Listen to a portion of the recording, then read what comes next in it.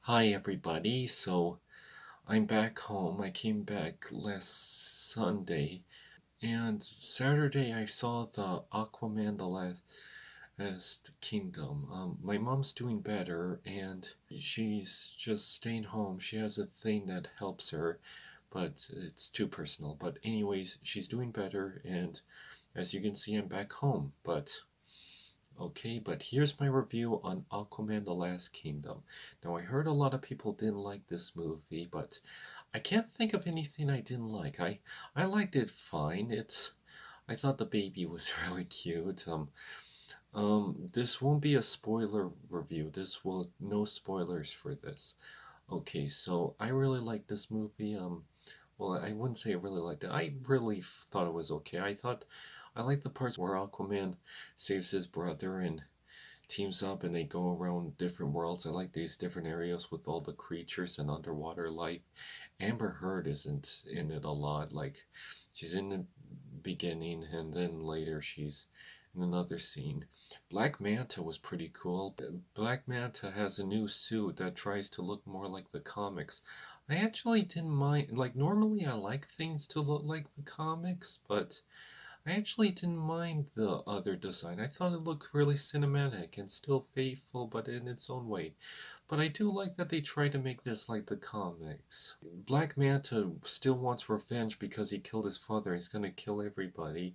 But he found this evil trident and he wants to use it to destroy everything. But yeah, and I thought the creatures and where he was going was very cool. And yeah, the Lost Kingdom. There was another place that I won't reveal, but I like the world they go to. I and the relationship that Orm and oh, so there's a part where they reference Loki. I was like, all right, Loki, like that's cool. That I think they reference Marvel or Thor mythology, but I thought that was pretty cool that they did that because it's DC and Loki's Marvel. Like, I thought that was pretty neat. But yeah, because Orm and Aquaman kind of have a relationship similar to Thor and Loki, because Thor is like big, muscular with long hair and a beard, and Aquaman is muscular with big, long hair and a beard, and he has an evil brother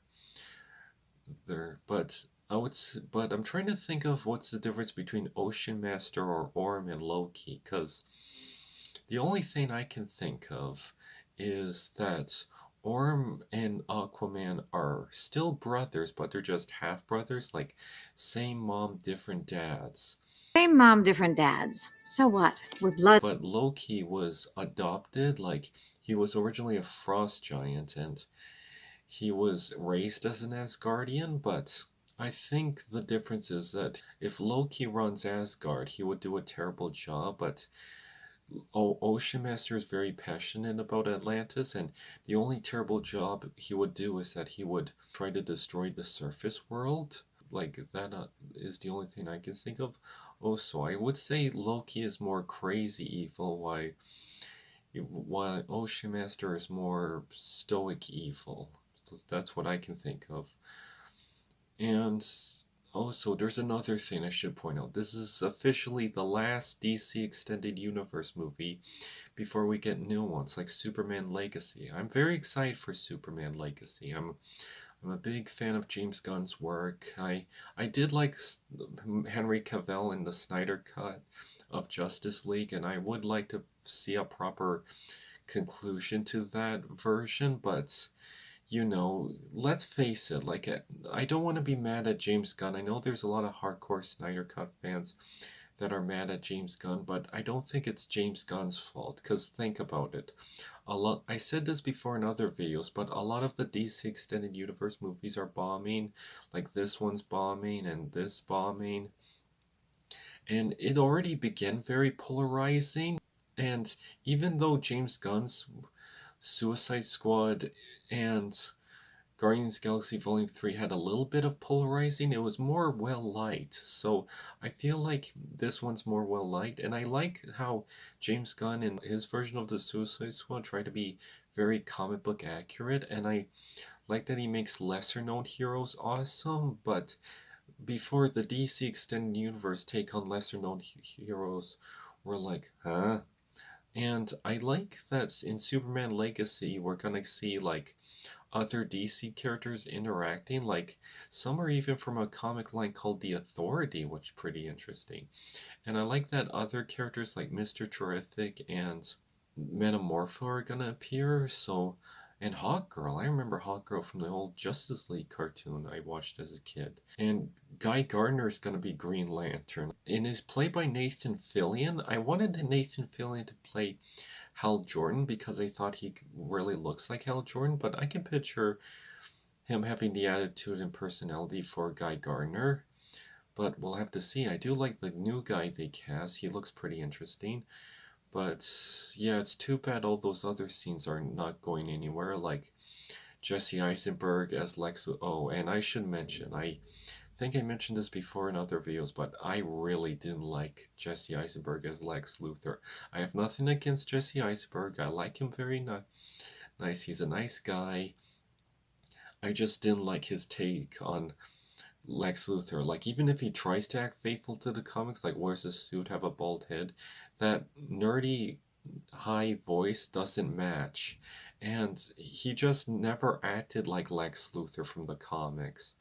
Like, he acted crazy, his motivation didn't make any sense. Like, I'm excited for the new guy who's going to play Lex Luthor. He does look young, but I can picture him playing a better, more authentic Lex Luthor. Well, we'll have to see and find out. Well, I guess that's all I talk about the DC Extended Universe. But yeah, what about Aquaman? Well, without revealing any spoilers, I thought the characters were great. The baby was cute. Black Manta was a pretty intimidating villain. Oh, and I actually did watch the first Aquaman before I watched the newer one because the last time I saw it was in theaters, but I bought the DVD and haven't watched it yet in years. But yeah, and I finally watched the first one again, and there's this news reporter or person obsessed with Atlantis, and I completely forgot about his character, so it's a good thing I watched it.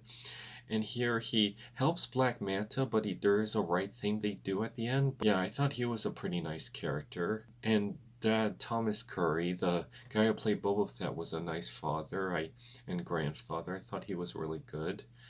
Well, I guess that's my review.